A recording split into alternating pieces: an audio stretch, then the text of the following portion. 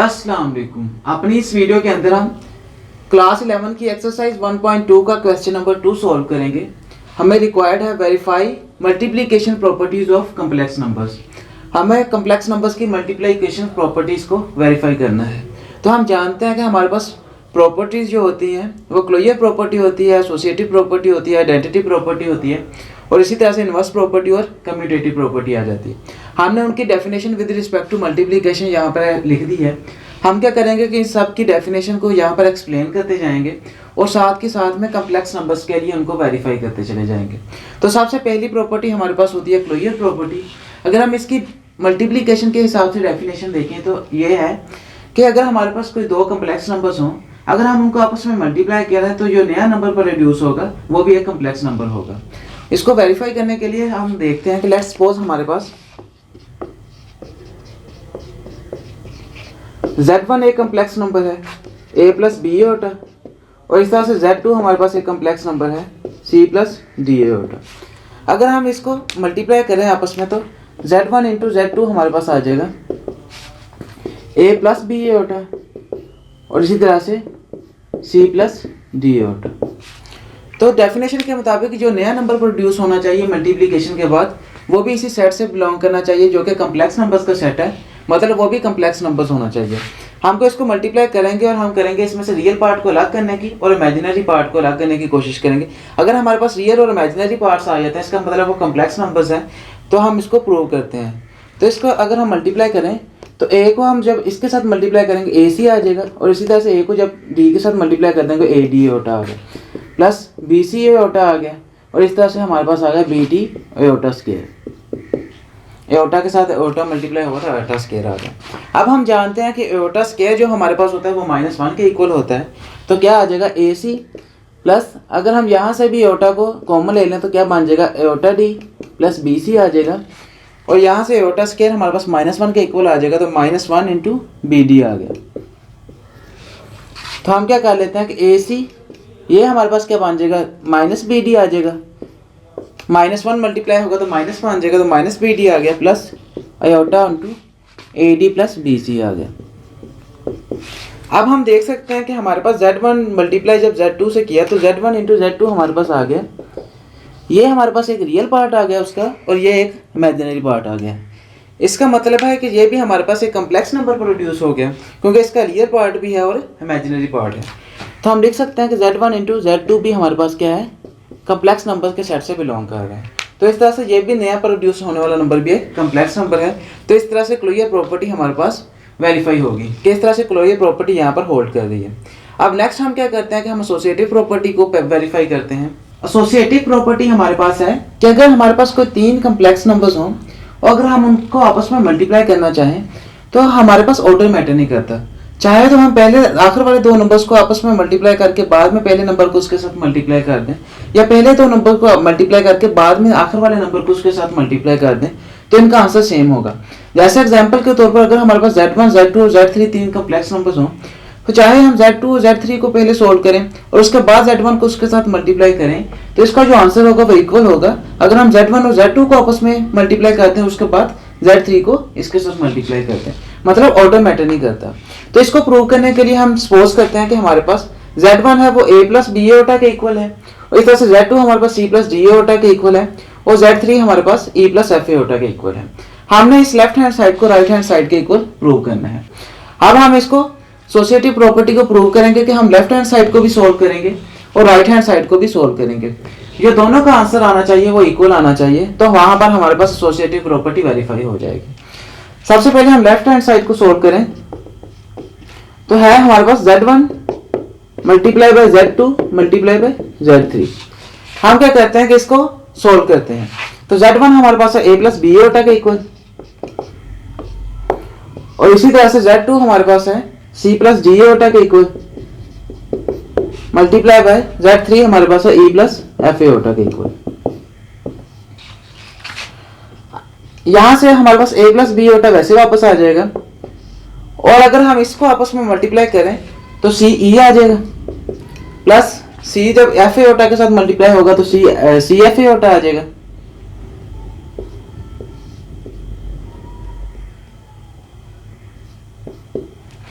और इसी तरह से ई डी एओटा आ जाएगा, और इसी तरह से हमारे पास एओटा स्क्वायर डी एफ आ जाएगा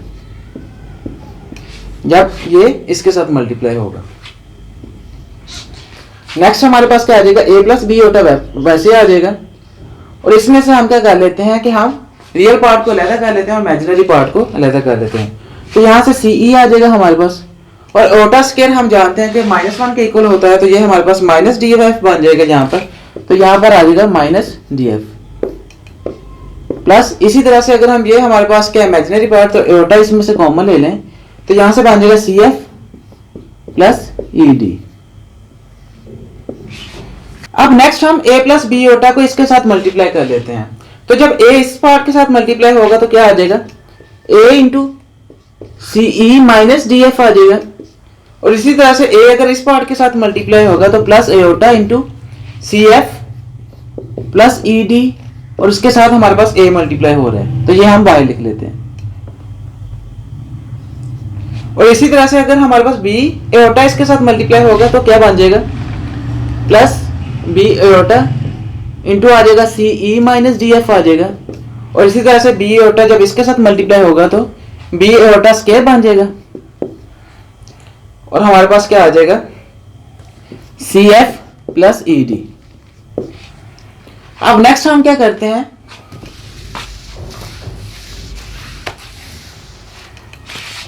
कि अगर आपस में इसको मल्टीप्लाई करते हैं तो यहां से आ जाएगा A C E minus A D F plus, और यहां से हमारे पास आ जाएगा एओटा इंटू, अगर ए को भी अंदर मल्टीप्लाई कर दिया जाए तो ए सी एफ आ जाएगा प्लस ए ई डी आ जाएगा। और इसी तरह से अगर बी एओटा को बी को अंदर मल्टीप्लाई कर देते हैं, एओटा बाहर रहने देते हैं, तो क्या बन जाएगा, सी ई बी या बी सी ई लिख दें माइनस बी डी एफ आ जाएगा। और इसी तरह से अगर हम यहाँ पर एओटा स्क्वायर हमारे पास -1 के इक्वल होता है, तो ये क्या बन जाएगा माइनस, और यहाँ पर b को अंदर मल्टीप्लाई कर दें तो माइनस बी सी एफ आ जाएगा माइनस बी ई डी आ जाएगा, माइनस बी सी एफ आ जाएगा, और यहाँ पर प्लस आ जाएगा क्योंकि दरम्यान में प्लस था। अब नेक्स्ट हमारे पास क्या आ जाएगा, अगर इसमें से हम रियल पार्ट को अलग कर लें और इमेजिनरी पार्ट को अलग कर दें, तो अगर हम देखें तो ये हमारे पास रियल पार्ट है, रियल पार्ट के अंदर ये हमारे पास आ रहा है और ये आ रहा है जो एओटा के बगैर है।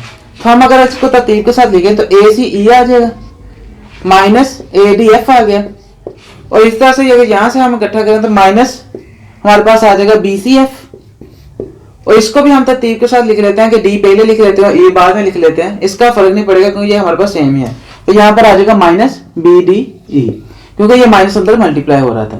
तो ये हमारे पास आ गया रियल पार्ट। और इस तरह से प्लस हमारे पास लिख लेते हैं इमेजिनरी पार्ट, तो ये एओटा वाले पार्ट है, तो ये हमारे पास इमेजिनरी पार्ट आ जाएगा, तो एओटा आ गया हमारे पास। यहाँ पर क्या आ गया, ए सी एफ प्लस यहां से हमारे पास क्या आ जाएगा, ए डी ई, क्योंकि इसको भी अगर हम तरतीब के साथ लिख लें, ई बाद में लिख लें और डी पहले लिख लें, तो इसमें भी फर्क नहीं पड़ेगा। ए डी ई आ गया प्लस हमारे पास आ गया B C E minus B D F आ गया। और ये अब हमारे पास क्या आ गया, इमेजिनरी पार्ट। ये हमारे पास है z1 multiply by z2 multiply by z3 का रियल पार्ट, और ये इमेजिनरी पार्ट आ गया। अब हम क्या करेंगे कि अब हम राइट हैंड साइड सॉल्व करेंगे, और उसका आंसर भी हमारे पास इसके इक्वल आना चाहिए कि अगर उसका जो हमारे पास रियल पार्ट हो वो ये आए और इमेजिनरी पार्ट ये आए। अगर ये दोनों आपस में इक्वल आ जाते हैं तो वहां पर हमारे पास एसोसिएटिव प्रॉपर्टी मल्टीप्लिकेशन के हिसाब से वेरीफाई हो जाएगी। हम इसको क्या करते हैं कि इसको ऊपर लिख लेते हैं कि ये हमारे पास रियल पार्ट था और ये इमेजिनरी पार्ट है। तो हम लिख लें अगर, तो अब इस तरह से लिख लेते हैं कि जगह कम है, तो A C E minus A D F minus B C F minus B D E, ये हमारे पास रियल पार्ट है। और इस तरह से प्लस ये हमारे पास एओटा वाला इमेजिनरी पार्ट है, ताकि हम इसको वेरीफाई कर सकें। A C F plus A D E plus B C E minus B D F. अब हम राइट हैंड साइड सोल्व करते हैं। राइट हैंड साइड है हमारे पास z1 मल्टीप्लाई बाय z2, और ये मल्टीप्लाई हो रहा है z3 के साथ। अब z1 हमारे पास है a plus B aorta,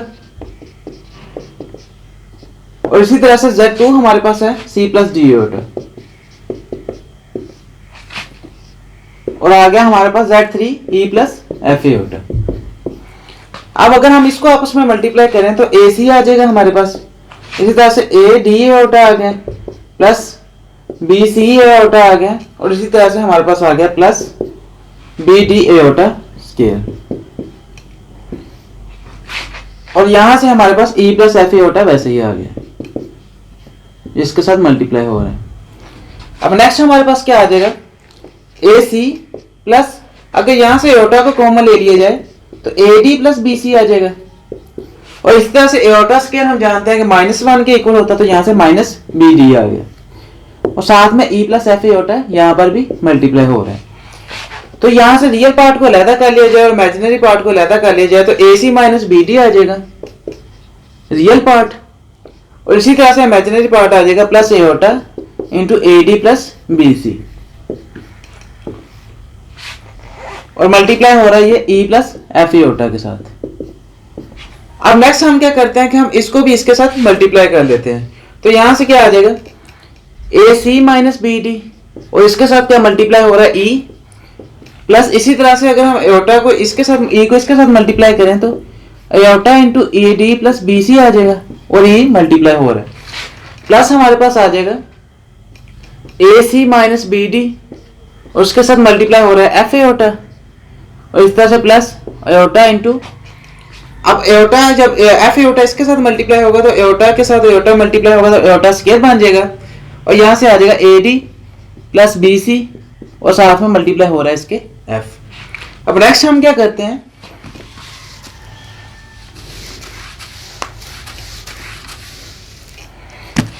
next अगर इसमें से E को भी इसके साथ मल्टीप्लाई कर दिया जाए तो A हमारे पास आ जाएगा ACE माइनस BDE आ जाएगा, और इसी तरह से अगर हम यहां पर भी इसको भी मल्टीप्लाई कर दें तो प्लस एओटा आ गया, और यहां से आ गया ADE प्लस BCE आ गया, और इसी तरह से अगर यहां पर एफ एओटा को इसके साथ मल्टीप्लाई कर दिया जाए, एओटा तो बाहर आ जाएगा और एफ को अंदर मल्टीप्लाई कर देते हैं, प्लस एओटा वैसे ही आ गया हमारे पास ACF आ जाएगा माइनस BDF आ जाएगा, और यहां से एओटा स्क्वायर हमारे पास किसके इक्वल है -1 के, तो माइनस आ गया हमारे पास, और अगर एफ को अंदर मल्टीप्लाई कर दिया जाए तो ADF आ जाएगा माइनस BC प्लस BCF आ जाएगा।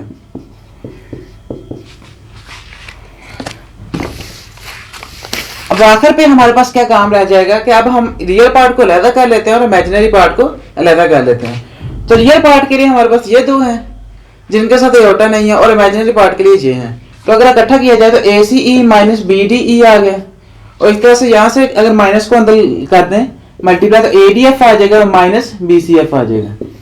ये हमारे पास आ गया रियल पार्ट, प्लस इसी तरह से अगर इमेजिनरी पार्ट को इकट्ठा कर दिया तो एओटा आ जाएगा ADE प्लस BCE, और यहां से हमारे पास आ गया प्लस ACF माइनस BDF आ गया।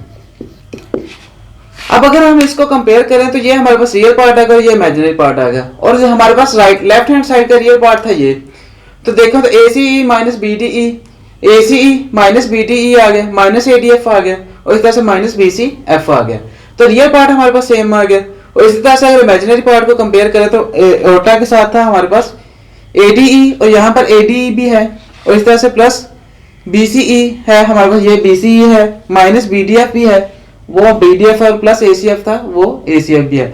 ये इनकी तरतीब चेंज हो जाए इससे मसला नहीं पड़ता, लेकिन ये हमारे पास सेम वही वैल्यूज आ रही हैं। तो हम देख सकते हैं कि हमारे पास लेफ्ट हैंड साइड और राइट हैंड साइड इक्वल आ रही है, तो यहाँ से हमारे पास एसोसिएटिव प्रॉपर्टी हमारे पास वेरीफाई होगी। अब नेक्स्ट हम क्या करते हैं कि यहाँ से आइडेंटिटी प्रॉपर्टी को वेरीफाई करते हैं। कम्प्लेक्स नंबर्स के अंदर आइडेंटिटी प्रॉपर्टी होती है कि अगर हमारे पास कोई कम्प्लेक्स नंबर हो तो उसको हम किसी ऐसे नंबर से मल्टीप्लाई करेंगे जिससे वही नंबर सेम वापस आ जाए। जैसे एग्जांपल के तौर पर यहाँ पर अगर हमारे पास a प्लस बी ओटा हो, तो अगर हम उसको कोई ऐसे नंबर से मल्टीप्लाई करें जिससे a प्लस बी ओटा सेम वापस आ जाए, तो वहां पर आइडेंटिटी प्रॉपर्टी होल्ड कर जाएगी। तो हम देखें तो अगर हम a b को a कोमा b या a प्लस बी ओटा लिख दें, इसको अगर हम 1 प्लस 0 एओटा या 1 व 0 के साथ मल्टीप्लाई करें इस पेयर को, तो सेम a व b हमारे पास वापस आ सकते हैं। तो इसको अगर हम, तो यहाँ पर आइडेंटिटी प्रॉपर्टी होल्ड कर जाएगी। इसको यहाँ पर हम वेरीफाई भी कर लेते हैं। लेट्स सपोज z1 हमारे पास है a प्लस बी ओटा, अगर हम यहाँ पर z2 रख लेते हैं 1 प्लस 0 एटा। अगर हम इसको इसके साथ मल्टीप्लाई करेंगे तो सेम a प्लस बी एटा वापस आ जाएगा। तो इसको वेरीफाई करने के लिए क्या करते हैं कि z1 और z2 को आपस में मल्टीप्लाई कर देते हैं। तो a plus B Etah multiply हो रहा है 1 प्लस 0 एटा के साथ। तो यहाँ से क्या बन जाएगा, a अगर इसके साथ मल्टीप्लाई होगा तो प्लस बी एटा वैसे आ गया, और यहाँ से 0 जब इसके साथ मल्टीप्लाई होगा तो 0 आ गया, प्लस 0 एटा जब इसके साथ मल्टीप्लाई होगा तो यहाँ पर भी 0 और एटा का स्केयर भी हमारे पास आ गया। तो ये भी 0 बन जाएगा, 0 किसी के साथ मल्टीप्लाई वैसे भी क्या कर देता है 0। तो यहाँ से a प्लस बी एटा वापस आ गया, और ये हमारे पास क्या बन गया प्लस 0। तो उसको लिखने की जरूरत नहीं है। हम देख सकते हैं कि जब हमने 1 व 0 या 1 प्लस 0 एटा के साथ मल्टीप्लाई किया तो हमारे पास सेम वही नंबर वापस आ गया। तो इसका मतलब है यहाँ पर identity property with respect to multiplication hold कर रही है। और याद रखें यहाँ पर 1 व 0 जो है वो identity element with respect to multiplication होता है इन कम्प्लेक्स नंबर्स, क्योंकि हम जानते हैं कि इस नंबर के साथ हमने जब मल्टीप्लाई किया था तभी ये नंबर आया था। तो इस नंबर को हम क्या कहेंगे कि आइडेंटिटी एलिमेंट, और क्योंकि हम मल्टीप्लिकेशन के हिसाब से सोल्व कर रहे थे with respect to multiplication in complex numbers, इसको हम 1 व 0 कह लें या 1 प्लस 0 एटा भी कह सकते हैं। अब नेक्स्ट हम क्या करते हैं कि इनवर्स प्रॉपर्टी को वेरीफाई करते हैं। इनवर्स प्रॉपर्टी के मुताबिक हम अगर हमारे पास कोई कम्प्लेक्स नंबर हो तो हम उसको किसी ऐसे नंबर से मल्टीप्लाई करेंगे जिसको मल्टीप्लाई करने से हमारे पास जो आइडेंटिटी एलिमेंट है वो वापस आ जाए। क्योंकि मल्टीप्लिकेशन के अंदर आइडेंटिटी एलिमेंट हमारे पास 1 व 0 होता है, तो हम किसी कम्प्लेक्स नंबर को ऐसे नंबर से मल्टीप्लाई करेंगे जिससे हमारे पास 1 व 0 वापस आ जाए। तो अगर हमारे पास लेट्स सपोज z, अगर हमारे पास a प्लस बी एटा हो, तो अगर हम इसके लिए हमारे पास z इनवर्स जो होता है वो हमारे पास होता है a over a square plus b square, और इसी तरह से मतलब जो हमारे पास रियल पार्ट होता है उसके नीचे दोनों का वो लिखते हैं, और उसके नीचे हम क्या लिख देते हैं कि हमारे पास जो दोनों के कोफिशिएंट्स होते हैं रियल पार्ट और इमेजिनरी पार्ट के, उनका स्क्वायर लिख लेते हैं, और इस तरह से माइनस बी ओवर ए स्क्वायर प्लस बी स्क्वायर आ जाता है। तो ये हमारे पास होता है कि अगर हमारे पास कोई कम्प्लेक्स नंबर हो तो उसका हमारे पास जो इनवर्स होगा वो ये होगा। और इस तरह से जैसे 3 प्लस 4 एटा होता है एग्जाम्पल के तौर पर, तो उसके लिए हमारे पास z इनवर्स क्या होता है 3 ओवर 3 स्क्वायर प्लस 4 स्क्वायर, और इस तरह से minus 4 over 3 square plus 4 square. तो इस तरह से हम इनवर्स फाइंड करते हैं। अब हमारे पास क्योंकि ये कम्प्लेक्स नंबर है तो इसका ये इनवर्स है, तो याद रखें कि हमारे पास इनवर्स प्रॉपर्टी के मुताबिक है कि अगर हम इन दोनों को आपस में मल्टीप्लाई करेंगे z इंटू जेड इनवर्स को, तो यहाँ से हमारे पास 1 व 0 आ जाएगा आइडेंटिटी एलिमेंट। आप इसको इस तरह से लिखें क्योंकि अगर हम इसको आपस में मल्टीप्लाई करके और इसको यहाँ प्रूव करें तो बहुत ज्यादा लेंथी क्वेश्चन होगा। आप इस तरह से इसको लिख दीजिएगा कि अगर हमारे पास z1 हमारे पास एक कम्प्लेक्स नंबर हो a प्लस बी होता, तो उसका इनवर्स ये होगा कि हमारे पास देयर एग्जिस्ट, हमारे पास क्या होगा कि z इनवर्स एग्जिस्ट कर रहा होगा, जो हमारे पास होगा a over a square plus b square और minus b over a square plus b square, such that कि अगर हम z और z इनवर्स को आपस में मल्टीप्लाई करें तो वहां से हमारे पास 1 व 0 प्रोड्यूस हो रहा होगा जो कि आइडेंटिटी एलिमेंट होगा। तो इस तरह से इनवर्स प्रॉपर्टी के लिए आप लिख सकते हैं। अब नेक्स्ट हम क्या करते हैं कि अब हम कम्यूटेटिव प्रॉपर्टी को वेरीफाई करते हैं। कम्प्लेक्स नंबर्स के अंदर कम्यूटेटिव प्रॉपर्टी डिफाइन करती है कि अगर हमारे पास कोई दो कम्प्लेक्स नंबर्स हों तो उनके अगर हम आपस में मल्टीप्लाई करें तो ऑर्डर मैटर नहीं करता। जैसे एग्जांपल के तौर पर अगर z1 और z2 हमारे पास दो कम्प्लेक्स नंबर्स हों तो चाहे हम z1 को पहले रखकर z2 के साथ मल्टीप्लाई कर दें या z1 को बाद में रखकर z2 के साथ मल्टीप्लाई कर दें, दोनों का आंसर सेम होगा। इसको समझाने के लिए मैं पहले एक एग्जांपल सोल्व करता हूँ, उसके बाद इसको समझाने की कोशिश करता हूँ। लेट्स सपोज हमारे पास z1 है 3 प्लस 4 एटा और इस तरह से z2 हमारे पास है 2 प्लस 5 एटा। अब हम क्या करते हैं कि z1 इंटू z2 फाइंड करते हैं और इसी तरह से z2 इंटू z1 फाइंड करते हैं। दोनों का आंसर सेम आना चाहिए, तभी हमारे पास कम्यूटेटिव प्रॉपर्टी होल्ड करेगी कि अगर हमारे पास दोनों का आंसर सेम आ जाता है, चाहे z1 को पहले रखें या z2 को पहले रखें, अगर आंसर सेम आता है तो इसका मतलब यहाँ पर ऑर्डर मैटर नहीं कर रहा। तो 3 प्लस 4 एटा किसके साथ मल्टीप्लाई हो रहा है z2 2 प्लस 5 एटा के साथ, और यहाँ पर 2 प्लस 5 एटा किसके साथ मल्टीप्लाई हो रहा है z1 है हमारे पास 3 प्लस 4 एटा। अगर हम इनको आपस में मल्टीप्लाई करें तो 3 मल्टीप्लाई बाय 2 6 आ जाएगा, प्लस 15 एटा आ जाएगा और यहाँ पर 8 एटा आ जाएगा, प्लस हमारे पास आ गया 20 एटा स्क्वायर आ गया। और यहाँ से हमें क्या मिल जाएगा 2 मल्टीप्लाई बाय 3 6 आ जाएगा, प्लस हमारे पास आ जाएगा 8 एटा प्लस 15 एटा और यहाँ से हमारे पास क्या आ जाएगा प्लस 20 एओटा स्क्वायर आ गया। तो 6 प्लस यहाँ पर 15 प्लस 8 हमारे पास आ जाएगा 23 एओटा, और यहाँ पर एओटा स्क्वायर हमारे पास -1 के इक्वल होता है तो -20 आ गया। और इस साइड से हमारे पास क्या आ जाएगा 6 प्लस 8 प्लस 15 हमारे पास 23 एओटा बन गया, और यहाँ से एओटा स्क्वायर -1 के इक्वल आ गया -20 आ गया। हम देख सकते हैं कि यहाँ पर लेफ्ट हैंड साइड और राइट हैंड साइड तकरीबन इक्वल आ गई। अगर इनको भी हम सोल्व कर लें तो हमारे पास -14 प्लस 23 एओटा आ जाएगा, और इधर से भी हमारे पास -14 प्लस 23 एओटा आ गया। तो हम देख सकते हैं 23 एओटा कि लेफ्ट हैंड साइड और राइट हैंड साइड इक्वल आ गया। इसका मतलब है कि चाहे Z1 पहले हो या बाद में हो, ये मैटर नहीं करता, आंसर हमारे पास सेम आ रहा होता है। तो इसी तरह से अगर हम इसको Z1 और Z2 के ऊपर अप्लाई करें तो हम इजीली प्रूव कर सकते हैं कि हमारे पास कम्यूटेटिव प्रॉपर्टी होल्ड करती है, और ये मैटर नहीं करता कि चाहे Z1 पहले हो या Z2 पहले हो। हम क्या करते हैं Z1 और Z2 को इक्वल रख लेते हैं Z2 इंटू Z1 की। अब Z1 हमारे पास है A प्लस B एओटा, और इसी तरह से Z2 हमारे पास है C प्लस D एओटा, और यहाँ से Z2 हमारे पास है C प्लस D एओटा, और Z1 हमारे पास है A प्लस B एओटा। अगर हम आपस में मल्टीप्लाई करें तो AC प्लस AD एओटा आ जाएगा, प्लस BC एओटा आ जाएगा, प्लस BD एओटा स्क्वायर आ जाएगा, और यहाँ से हमारे पास आ जाएगा CA प्लस BC एओटा आ जाएगा, प्लस AD एओटा आ जाएगा, और इसी तरह से हमारे पास आ जाएगा BD एओटा स्क्वायर आ गया। तो AC प्लस एओटा को अगर हम ले लें कॉमन तो AD प्लस BC आ गया, माइनस BD आ जाएगा। एओटा स्क्वायर किसके इक्वल है -1 के, और यहाँ से हमारे पास क्या आ गया CA प्लस, अगर यहाँ से अगर हम एओटा को कॉमन ले लें तो BC प्लस AD आ जाएगा, ये A है हमारे पास, और यहाँ से -BD आ गया। तो हम देख सकते हैं कि यहाँ पर AC minus BD plus iota into AD plus BC आ गया, ये किसके इक्वल आ जाएगा।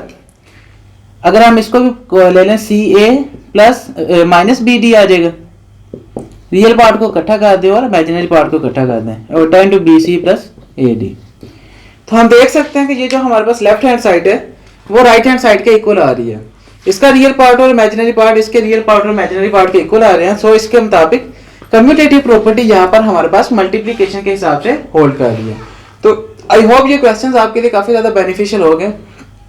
अब अपने नेक्स्ट वीडियो के अंदर हम एक्सरसाइज 1.2 का क्वेश्चन नंबर 3 सॉल्व करेंगे। अगर आपको ये वीडियो पसंद आई हो तो इस वीडियो को लाजमी लाइक कीजिएगा और हमारे चैनल को लाजमी सब्सक्राइब कीजिएगा। सो जैसे नई वीडियोस अपलोड होती जाए हम जल्द से जल्द उन वीडियोस को देखते जाएं। Thank you so much for watching. मिलते हैं नेक्स्ट वीडियो के अंदर। अल्लाह हाफिज।